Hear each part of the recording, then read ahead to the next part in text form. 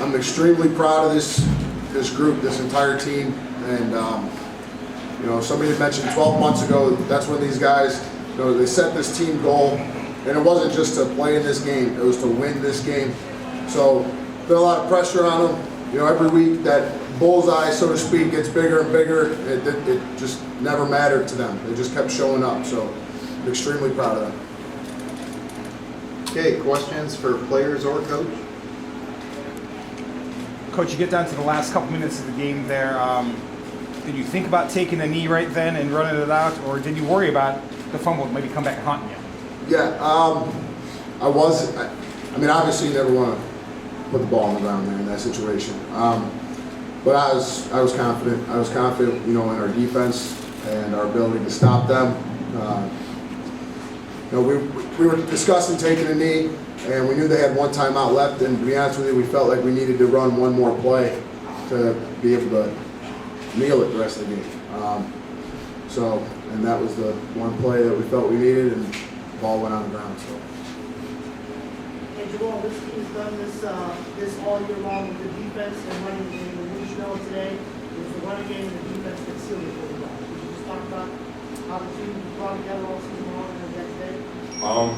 Coach always told us to just pride ourselves on defense. We have some great backs, and the offensive line, every week they just show up and they just blocking. And we just tell them we run hard, they block hard. As far as defense, we just pride ourselves on just running to the ball and flying around. You guys should state championship. Coach, second and third quarter you were struggling a little bit on offense. You went to the Wildcat there with Jerome. How did the different look maybe confuse them a little bit? And could you tell there's a little bit of a spark in your offense? The difference for that is there's two threats back there now. So, you know, if those linebackers start playing fast and things like that and getting over the top of blocks, you know, we have the potential to pull it at quarterback. So, you know, that makes a big difference for us. And we've done that all year long to just keep people honest. And, you know, we went back to it at the end there in the fourth quarter to kind of possess the football for a little longer. So.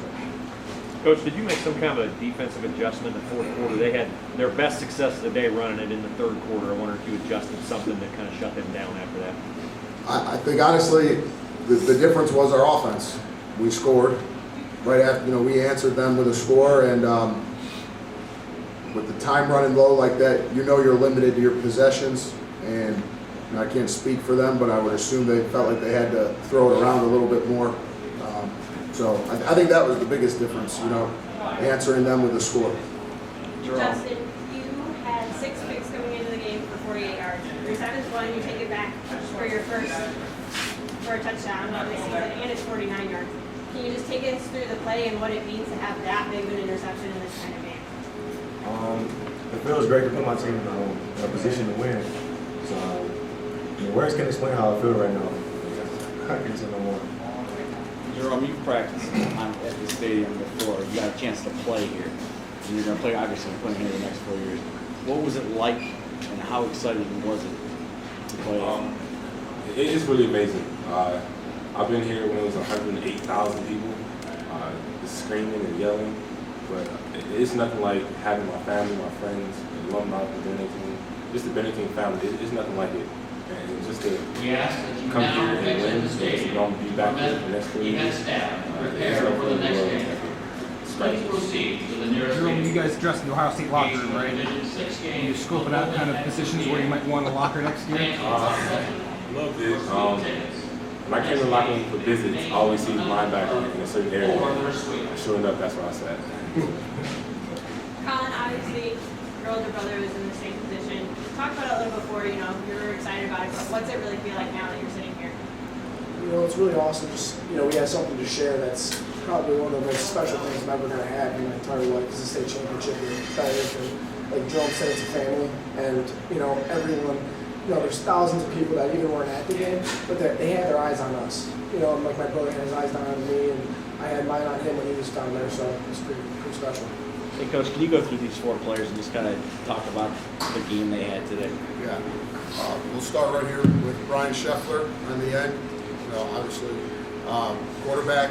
And, you know, the biggest misconception, too, is and it's one of the hard things as a coach is when you have two kids like Brian, like Jerome, and they can both do different things. And that fourth quarter, we went with Jerome at quarterback, and it's never making an accusation against Brian or anything like that, but we just have two different kids that can do two different things. And if it was up to me, we would have done it a lot more often, just because as a defensive coach, it's a lot harder when you have to prepare for both. And so that's kind of, that was one of the things we talked about this offseason, was being able to go with both. And again, not because they're both great and they can both do two different things, and now you have to prepare all week defensively. And in high school football, you don't have a whole bunch of time with the kids, so it makes it that much more difficult.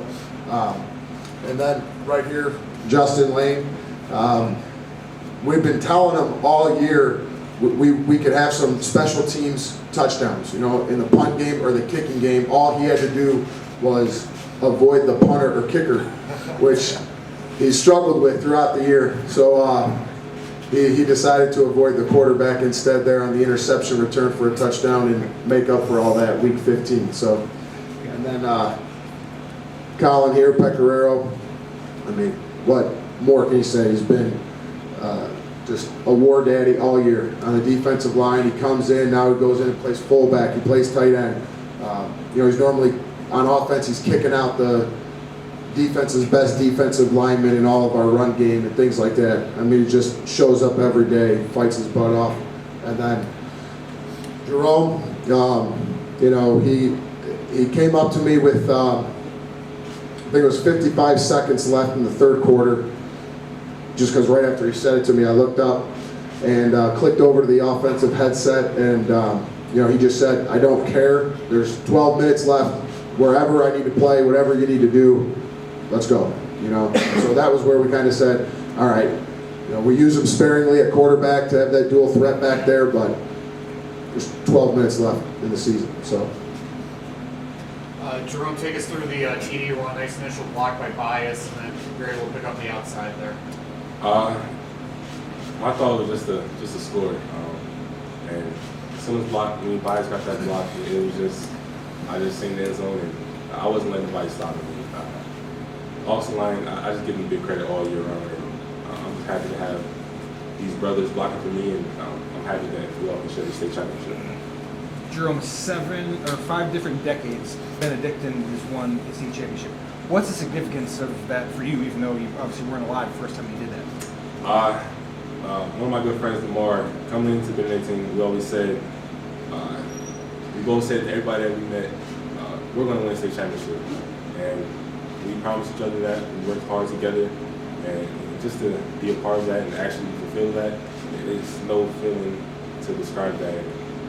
I'm just happy to bring home the state championship. Could you talk to Warren and Dom, especially Warren's last couple of plays of the game? Say that again? Can you talk about Warren? Yeah, I know. Okay. Yeah, tremendous play.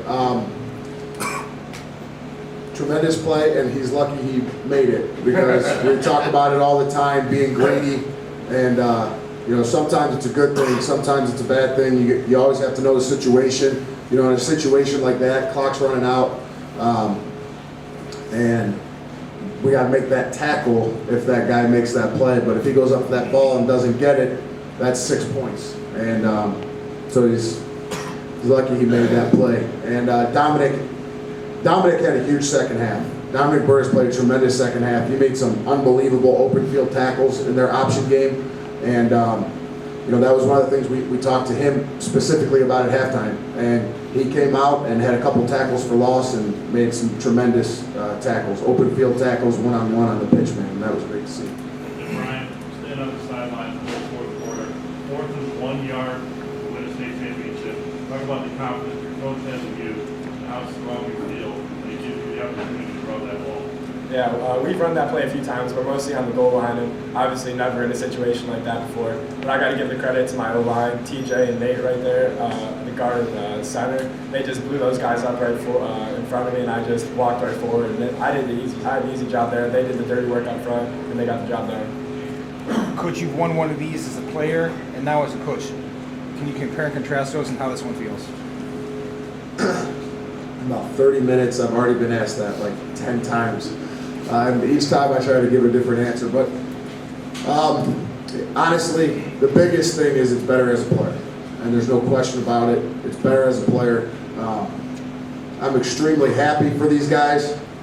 And that was one of the things we talked about, 2 years ago when I was hired as the head coach and we hired some other guys on staff, changed some things up.